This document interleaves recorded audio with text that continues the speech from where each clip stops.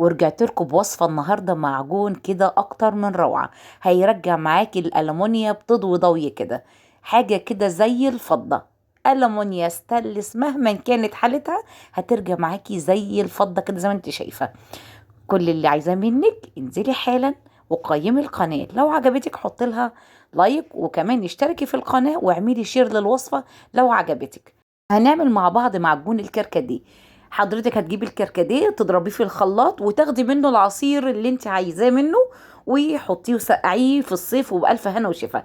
ده مش وصفتنا النهارده، لا احنا كل اللي هنستخدم الجزء اللي حضرتك بترميه، اللي هو الخلاصه بتاعه بذور الكركديه. بعد ما تضربيها وتاخدي كل الفايده وعملتيها عصير، هاتيلي بقى البذور دي، مادام ما اتغلتش هتقدري تستفيدي بيها. فالوصفه النهارده ما تغلوهوش، حضرتك هتضربيه زي ما هو حبوب كده وتاخدي الخلاصه بتاعته، الحبوب اللي بتفضل دي. حضرتك اللي هتطلعيه كده زي ما انت شايفه، وبدا بعد ما ضرب في الخلاط بدا يطري خالص زي ما انت شايفه. هتحطهولي في علبه كده. لو الكميه اكبر من كده ممكن تقسميها، تنقعيها في ميه كده وتركنيها، بس احنا النهارده الكميه بتاعتنا مش كبيره، فحطينا عليها كوبايه ميه وهنركنها شويه لغايه ما نكمل بقيه الوصفه. معايا صابون بلدي عملناه في القناه كتير جدا، واللي عايز يقول لي يا ريت، وانا هحط له في اول تعليق او في صندوق الوصف الفيديو بتاعه، او يبعت لي وانا ابعت له اللينك بتاعه. بص، عايزه اقول لك ان الصابونه ناعمه جدا، وهوريكي قد ايه هي ناعمه. بتطلع معاكي كده اكنها بشره. هقول لك ايه، ناعمه جدا، مش مجرد خشنه تنزل معاكي زي البودر، لا صابونه ناعمه وحلوه جدا. طبعا ده راجع ان مكوناتها مظبوطه بالشعره. حضرتك هتجيبي لي صابونه واحده، انا هنا استخدمت اتنين لان الاتنين كانت قطع صغيره جدا. ينفع طبعا اي بواقي صابون عندك، حتى لو صابون الاستحمام كمان كلها تنفع في الوصفه، والكميه ترجع لك. بصي لي بقى هنا على بقيه المكونات وكله في شفشق الخلاط. هنزل بمعلقتين من السكر، اولا بيضاعف الرغوه معايا، وثانيا كبديل للجرسلين، بما انك هتستخدمي بقى وتغسلي ألمونيوم وهتطلع سواد والكلام ده كله، فبيكون حاجه ناعمه على بشرتنا. وانزلي لي بمعلقه هرميه كلها معالق اكل زي ما انت شايفه من ملح الطعام، الملح العادي، اي ملح متوفر عندك استخدميه. ومعلقه من كربونات الصوديوم او الكربوناتو اللي انت بتستخدمها حضرتك في المنظفات او بتستخدمها في الطعميه او في العرقسوس دي. وبنجيبها من عند العطار واضربهم لي كده ضرب مبرح، ضرب قوي جدا، علشان خاطر الصابون زي ما انت شايفه احنا حاطين الخلطه بميه عاديه جدا من الحنفيه، فمش ميه سخنه عشان تسيحها. فده واقف على كميه الضرب اللي حضرتك تضربيه، اضربيه لغايه ما تدوبي كل حاجه ببعضها. ومعجون الكركديه هيتفرم معاكي، هيبقى زي الصابون بالظبط. لو حضرتك عملت البريكس معايا في القناه يبقى هتاخدي لي منه غطا كده، او ممكن تضيفي كيس بريكس من اللي هو اللي بيتباع الجاهز، او ممكن شويه صابون سائل بنفس المكيال اللي انا بقولك عليه ده بالظبط. اتضرب واتنعم جدا، وهجيب العلب وهبتدي اعبيه. بصي ينفع في علبه واحده، بس انا حبيت احطه في كذا علبه لان حبيت اغطيه. بصي لي بقى اوريكي بعد ما نشف. ده عدى عليه يومين تقريبا، انا ما استقصدتش ان هو يتركن كميه قد ايه، بس انا حقيقي بعد ما عملت الوصفه ما فضيتش خالص اصور، فاتركن معايا يومين. وده شكله بعد ما اتركن، العلبه اللي متغطيه بصي ناشفه وكل حاجه، بس هوريكي دلوقتي قوام عامل زي المعجون ازاي، طري. يتاخد معاكي بالمعلقه او يتاخد معاكي بالسلكه كده، تاخدي منه في العلبه كده. وده قوامه. بالنسبه للي مكشوفه بصي وشها بدا ينشف كده زي ما انت شايفه، واي زوايد من الميه هتحسي ان هي بدات ترقد معاكي في القعر.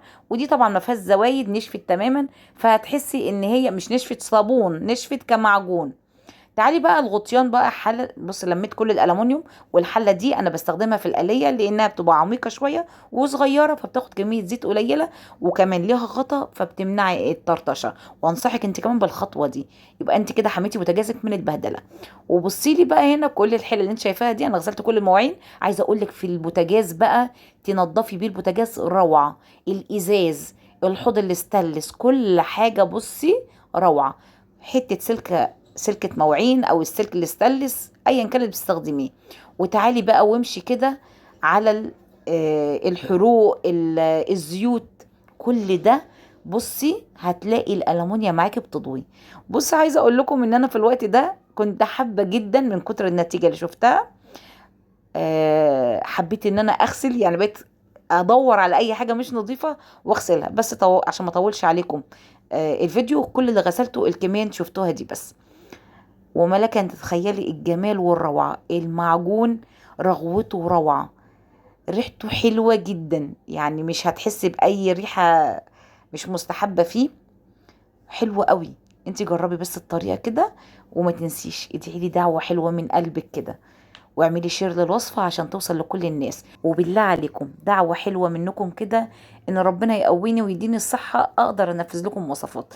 الوصفة مش بتبقى سهلة بالنسبة لي، لان فيهم بعضهم ببقى عارفاهم ومتعودة اعملهم، وفيهم بعضهم بتبقى تجارب بالنسبة لي، ببتدي اجرب واشوف نتيجتها، وبعد ما بشوف النتيجة بتاعتها ببتدي انزلها لكم. اعذروني لو بتأخر عليكم. بصي بقى، هنا بدأت تشطف الألمونيا، وأقسم بالله زي ما انتوا شايفة كده روعة الروعة. الحروق بتاعة الآلية والزيوت اللي انتوا بتشوفوها دي خلاص مجرد دعك، ومش هقولك بقى دعاكي من قلبك، ده مجرد بس ما بتلف بالسلكة الألمونيا بترجع زي الفضة زي ما انت شايفة. الناس اللي عارفة قيمة الكركديه، بس انا هنا عملتهولك من مكون حرفيا حضرتك بترميه. وبالله عليكي ما تنسيش تحط اللايك، عشان اللايك هو اللي هيرفع الفيديو معايا. والقناة واقعة جدا، فعمرها ما هتكبر الا بحضراتكم. عايزه اقولك ان المعجون ده حضرتك البوتاجاز بتاعك مهما كان مليان حروق ومتبهدل، حضرتك بالسلكه كده هتاخدي بيه وتمشي على البوتاجاز، هيرجع معاكي زي الفضه. الاستانلس بتاعه هيبرق. وشايفه البراد الاستانلس ده بقى تحفه، رغم انه موجود على البوتاجاز على طول، يعني اي طرطش زيوت اي حاجه موجوده على البوتاجاز، فبيبتدي كده شكله بيبتدي يغير من بره. والحوض الاستانلس اللي كان مكان تصبين طبعا المواعين والالومنيوم، كل ده بقى عايزه اقولك كان تحسي ان هو مش بيضوي معاكي، مجرد ما تاخدي حته على السلكه كده تلاقي معاكي الحوض والله العظيم زي ما انت شايفه كده يرجع وكانه جديد. تقدري حضرتك تنفذي الوصفه، ولو عجبتك يا ريت تعرفيني. والناس اللي جربت وصفاتي يتمنى تكتب لي في تعليقاتها انهي وصفه عجبتهم، واي تعليق حتى لو سلبي انا بقبله وبرد عليه.